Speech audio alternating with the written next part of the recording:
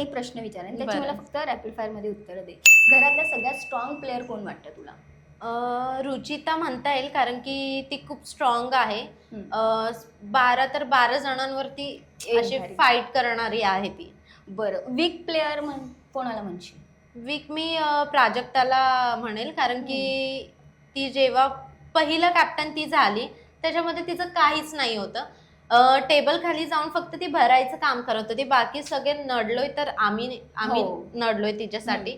आता माझे गुडघे पण अजून पण लागले माझ्या गुडघ्यांना, एवढा आम्ही तिच्यासाठी खूप प्रयत्न केला, पण ती पण अशी निघाली की आमचं स्टँड नाही बाकीच्यांचं स्टँड घेत होती. बरं, मिस्टर इंडिया कोण आहे घरातलं तुझ्या मते?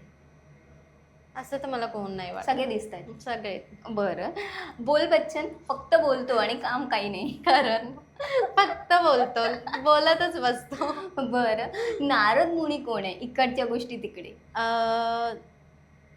बापट असू शकतात, ओके. कारण की एकदम शांत शांत शांत, आणि मधीच काय झालं तर इथे पण बोलणार तिथे पण बोलणार असं. आता तू जसं बापटचा विषय काढलाच आहेस, तर जो मध्ये अनुश्री राकेश बापट आणि रुचितामध्ये जो मुद्दा झाला त्यावर तुझं पर्सनली काय मत आहे? तिला ते नाही आवडलं, तिला जर वाटते ते चुकीचं आहे तर ते चुकीचं असू शकतं, कारण तिला नाही आवडलं की हात धरून खेच.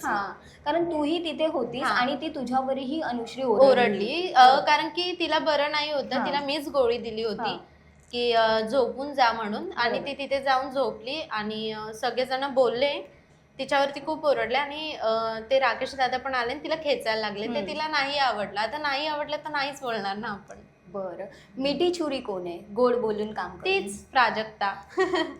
बरं, फेक प्लेअर? दीपाली ताई. ओके, आणि का तुला?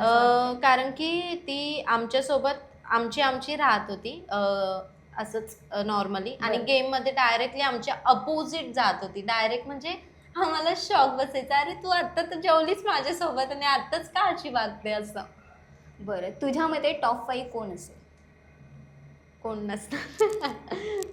माहित नाही कोण असेल. ओके ओके, नाही बरोबर आहे तुला. ओके, तुझा बेस्ट मोमेंट म्हणायचं झालं बिग बॉसच्या घरातला? आमचा जो कट्टा होता तिथे आम्ही संध्याकाळी जाऊन बसत होतो, गप्पा मारत होतो ते. ओके, आणि जर ट्रॉफी आलीच तर टोळीमध्ये यावी का? हा, यावी, आणि त्यांना मी खूप सपोर्ट करेल, यावीच म्हणून.